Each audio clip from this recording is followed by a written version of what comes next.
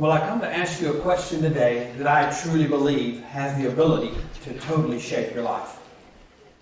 The truth of the matter is, what I want to speak to you about today is a little bit different than what most would think I want to speak about, because as I speak about the myth of scarcity, what I would like you to think about is I'd like for you to close your eyes for 3 seconds. And I want you to think, who are the 2 people who have most positively impacted your life? Now, I've had the privilege of asking this question across many cultures and in many different languages. I've had the privilege of asking it at the basin of the Amazon River.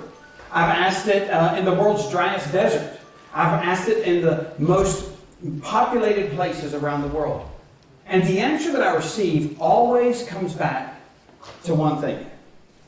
No matter how many languages are involved or how many translators to get across the message to me, the answer always comes back to the person that impacted you has impacted you through their generosity. Now, when we hear the word generosity, it takes our mind to thinking of different things. It takes our mind to thinking of what could happen, what changes could happen if only. If only we could spend someone else's money. We'd be generous then, wouldn't we? If only we could spend someone else's money. Hey, if only we could do that. Isn't it funny how the easiest money to spend is always someone else's? Now, if you want to understand more about that, you could ask my children. For those of you that are wondering in the crowd today, those that didn't laugh around you, they don't have children yet. And so they don't understand that. But the idea of generosity, it shapes everything of who we are. When I was 12 years old, I took a trip on my first airplane. I was so excited to get on the airplane, but we were going on a journey that was different than most. We were going to a city that was nestled at over 8,000 feet above sea level in the Andes Mountains. And the biggest difference about this trip for us was the fact that we had no return ticket. You see, my family was moving to a country that was in major turmoil. They had been through some crazy things in their trajectory in their life, and we come to this spot. I was headed to Peru, South America. In the city of Lima, the capital city, if you didn't live there, you only made about $20 a month. It was truly a place that was in major turmoil. I still remember sitting around and looking at it and feeling it. At the age of 12, you could even feel this. I was staying with my families, my adopted family, after flying into Peru, and the country of Peru is a country that I love with all of my heart, and it's still my adopted country and the place where all of my best friends live until this day. And this turmoil that could be felt, this desperation that could be felt in the air, the media talked about it all the time. And honestly, every time you turned on the TV, every single time, it was like, oh no, not again. Not talking about the problems again, because the people were honestly tired of hearing about all the problems that they had. I still remember that one of the things that impacted me the most was this. I learned that generosity is not an amount. Generosity is a mindset. We're sitting there in this country of Peru, in the city of Arequipa, at 8,000 feet above sea level, and there was nothing but despair on the news. And I still remember my dad had this crazy idea. He thought that he had a way to help people that were in such difficult and poverty and such a hard day-to-day life that they lived. My dad's idea, I was in the audience there at the church when he said it. He said, this year, we're going to do something different. You see, I was 12 years old and I'd been hearing crazy thoughts and crazy things going on around me. And can I just tell you, at 12 years old, you're not supposed to feel desperation in the air. But I could feel it. It was a crazy time to feel that because, see, it was right around Christmas time. Can I tell you that Christmas is not the time you're supposed to be feeling this, especially at the age of 12. When my friends and I got together, we discussed many things, but we didn't really discuss who was getting what or what Santa was going to bring them. For a matter of fact, our discussions were way different because while I was used to having that conversation where I was from, that's not the conversation they were having. For a matter of fact, I heard my best friend's mother talking to her friends and saying, Christmas is the absolute worst time of the year. It's the year that we understand that we have nothing. It's the time of the year where we don't understand. We can't give to our children, and they watch movies and they get ideas, but we can't do that. Think about living like that at the age of 12 and hearing it.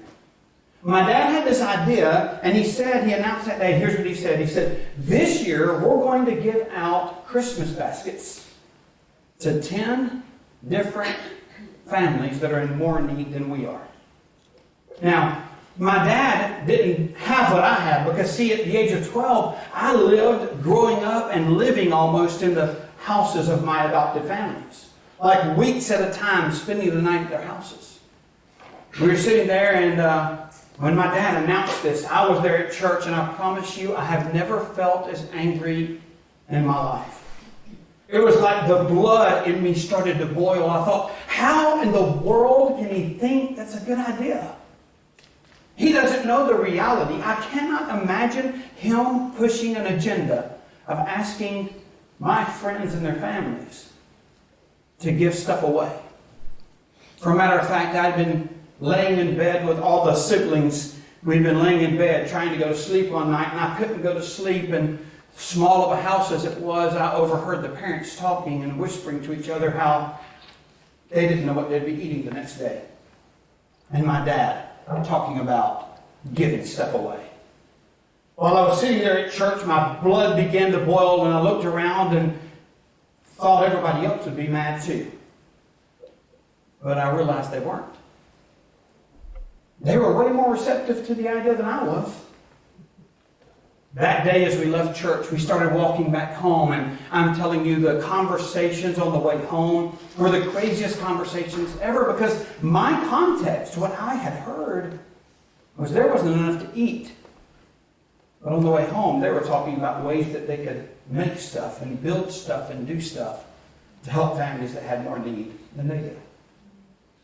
I still remember as we were walking back, and that night it wasn't just me trying to go to sleep. None of us could go to sleep because of the conversations. We were sitting there and saying, what can we build? What can we do? What can we get? And these weren't gifts that we went to the local grocery store or the local market to get. These were gifts that we had to come up from nothing and do. So we came up with the idea. We're going to build little tiny pistols to give to people out of wood. You say, why'd you choose that? Because there was some scrap wood around. That's the way we came up with that bright idea.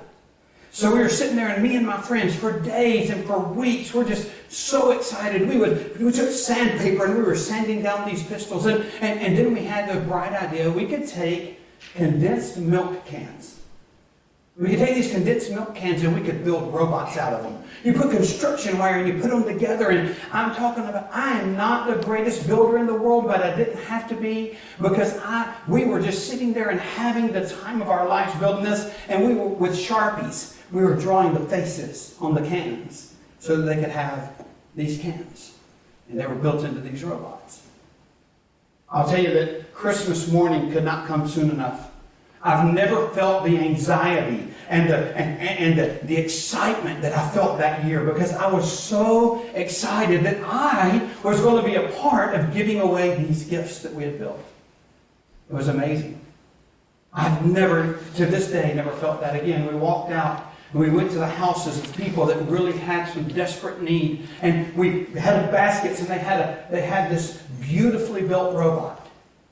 You say, why do you say it was beautifully built? Because I was quality control. And I think it was beautifully built. And so, that beautifully built robot, and we started out with pistols, and they were decent-sized pistols, and then we looked around and we're like, we no longer have scraps that big, so they became little tiny pistols. So we gave them these pistols, we gave them robots and rag dolls and a little bit of food in the basket, and I'm telling you, at the age of 12, something happened in me that totally changed my life. Because I was able to give all of this stuff away with my friends as we're going from house to house, knocking on doors. And I'm telling you, the excitement on the face of the people that were receiving these gifts, it would change anybody's life.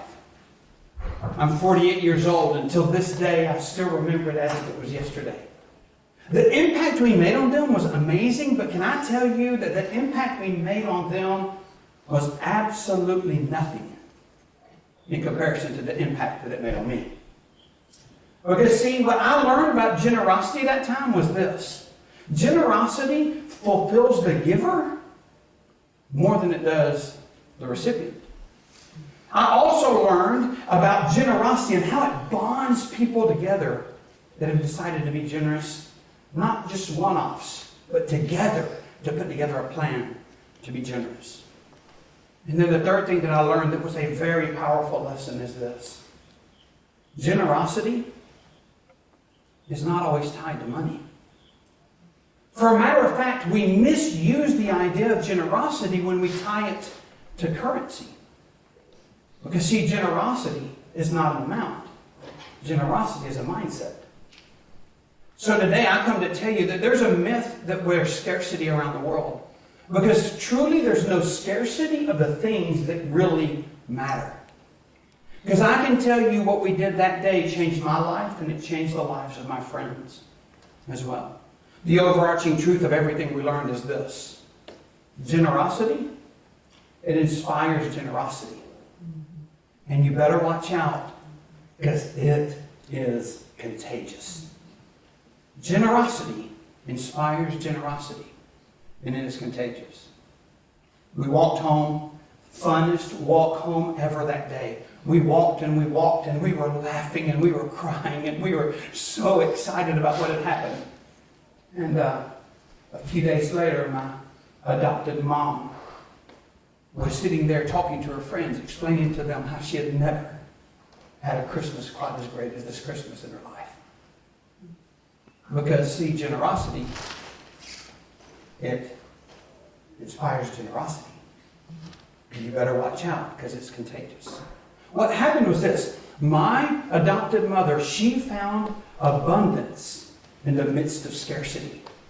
And she did not find abundance in the midst of scarcity because of some dollar bills that she found or for some currency in soles or in intis during that time. She found her abundance because she understood that she could still be generous. Now see, there's a lot of stuff we can do. One of the things I would encourage you to do is this. We can learn as we teach our children about generosity. Because see, your children don't really understand what generosity means when it comes to money. They don't understand money, but you can teach them to be generous when it comes to their toys. They're sharing with others. They're caring about other people around you. Because see, when we live lives of intentional generosity in front of those that we love, it teaches generosity to them. And there are things in your DNA that you just pass down because it's caught, not because it's taught. So in the year 2022, Cerulli Associates did a study, and this study kind of scares me. In this study, the Cerulli Associates came out and they said by the year 2045, there will be over 85 trillion, with a T, dollars, handed down from one group to the next group. And see, if we don't have children that understand generosity, that should scare you. Over 70 trillion of those dollars will go directly to the children. But see, if you're modeling generosity, you can teach generosity, because here's what I can tell you. The impact that that amount of money can make could revolutionize and change the world. But it will only be seen through the lens of generosity when we model generosity. Talking about it's one thing, but modeling it is a totally different thing. In the world I work in, they call the transfer of wealth that's about to happen the greatest wealth transfer of all times. $85 trillion. But see, if we look at it through generosity, everything changes. So I challenge you today. I'm going to challenge you today because, see, when you thought of those two people, the funny thing is, if I were to have you up here one by one to tell me the story, I can almost guarantee you that not a single story in this room has anything to do with money. It was that teacher that when she taught you, she paid attention and she cared for you in ways that nobody else had. It's that parent that just took some special care because you really, really needed it. Generosity, it inspires generosity. And it's contagious. So I challenge you. Here's what I challenge you with today. I encourage you today to go home and say, I will wake up every morning and think about 2 people that I can impact with my generosity. You don't have to have deep pockets. You just have to have a real heart. You don't have to have a lot of assets. All you have to have is the willingness to say, I will impact the life of another person. And here's what I can promise you if you do that. I cannot promise you that your generosity will change the world. But what I can promise you is it will change someone's world.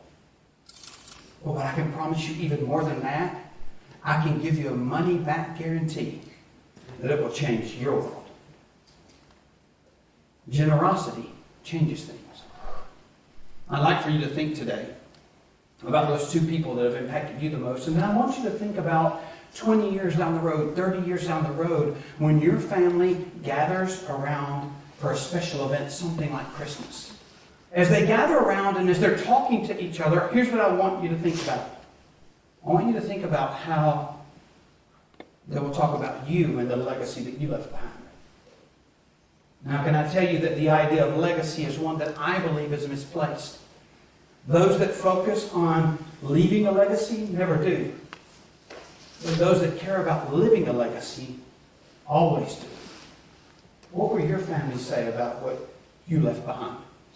Well, they talk about how you have impacted others. Because see, what I hope my family says when I'm gone is that he impacted other people's lives because he was generous with them. Now, I wish I could take you back in time to when you were 12 years old and you could experience the same thing that I experienced, but you cannot. But here's what I promise you. You will have your own stories to tell if you decide to be generous. So I challenge you. Be generous. Be who you are.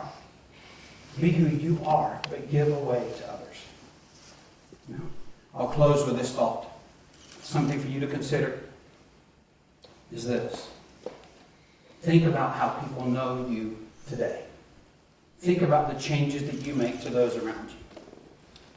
And I want you to scroll back a few minutes before when I told you to think about a world where you are being impacted by generosity. Here's the question I'd like to ask you today. Think about this. Think about if we're lucky enough, 10 years down the road, somebody goes back and is watching this TED Talk. And they close their eyes to think about the people that have most impacted their lives. Would it not be amazing if they thought about you? The good news is you choose whether or not that's going to happen. I want to close with a quote or a question for you today. The question is this. We all know that the Grinch was unhappy. But have you ever met a generous person that's unhappy? Let's be generosity driven. Thank you.